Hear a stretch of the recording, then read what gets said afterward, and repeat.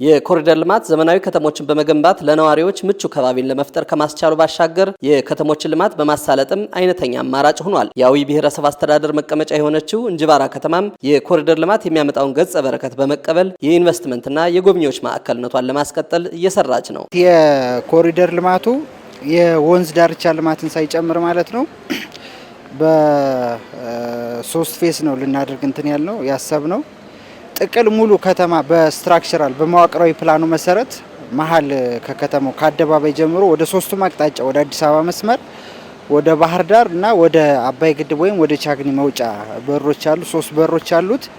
በጠቅላላ ከ5.6 ኪሎ ሜትር በላይ መዳረሻ እንትኖች አሉ አስፓልቱ ማለት ነው።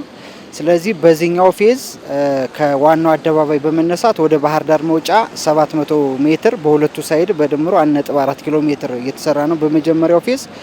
ከዚህ ቀጥሎ ሁለት ፌዞች ይኖሩናል ከወንዝ ዳርቻው ውጭ ማለት ነው። በሶስት ምዕራፍ ለማከናወን ታቅዶ የተጀመረው የኮሪደር ልማት የብስክሌት፣ የእግረኛ፣ የአረንጓዴ ልማትና ሌሎች የመንገድ ዳር መሰረተ ልማቶችን ያካተተ ነው። የኮሪደር ልማቱ በ40 ሜትር ጠብቆ ማንኛውንም ነገር ጠብቆ የተሰራ ለየት ያለ ዲዛይን ነው ያለው። ሁሉንም ነገር ያሟላ ነው። የብስክሌት መንገዱ የአረንጓዴ ግሪነሪ የምንለው ቦታ ያለው ነው። የእግረኛ መንገድ ያለው ነው።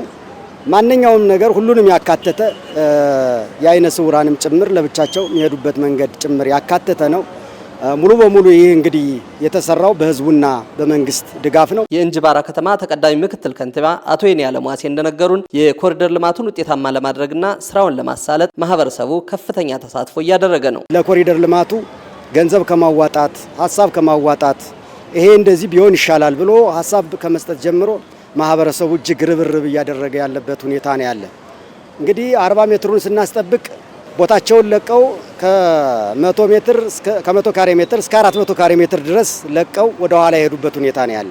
ይህ እንግዲህ ምንም አይነት ካሳ አልጠየቁንም። ልማቱ የኛ ነው ብለው የጋራ አድርገን የሄዱበት ሁኔታ ነው ያለ። የመጀመሪያው ምዕራፍ የከተማዋ ኮሪደር ልማት 86 በመቶ የደረሰ ሲሆን በተያዘው ወር መጨረሻ ይጠናቀቃል። ከዚህ በኋላ የቤዝ ኮርስ የማንጠፍና የመበተን ስራ ብቻ ነው የቀረን።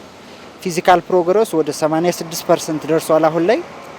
በእርግጠኝነት ከተቻለ እስከ 10 ቀን አሊያ በዚህ ወር መጨረሻ ላይ ሙሉን ሽክፍ አድርጎ ውል የያዘውን ስራዎች በሙሉ አጠናቆ ይወጣል። የኮሪደር ልማቱ የእንጅባራ ከተማን ለነዋሪዎችም ለጎብኚዎችም ምቹ በማድረግ ኢንቨስትመንትን ለመሳብና ተመራጭ ከተማ ለማድረግ በእጅጉ ተስፋ የተጣለበት ነው። አንዳንድ የማህበረሰብ ክፍሎች መንገድ መስራት የሚመስላቸው ጭምራሉ።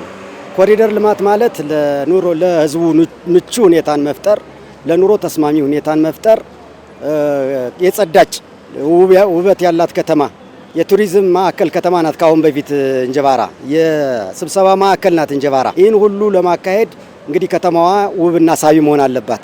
የተለያዩ የኢንዱስትሪዎች እዚህ ለመስራት በራችንን እያንኳኩ ነው የሚገኙት።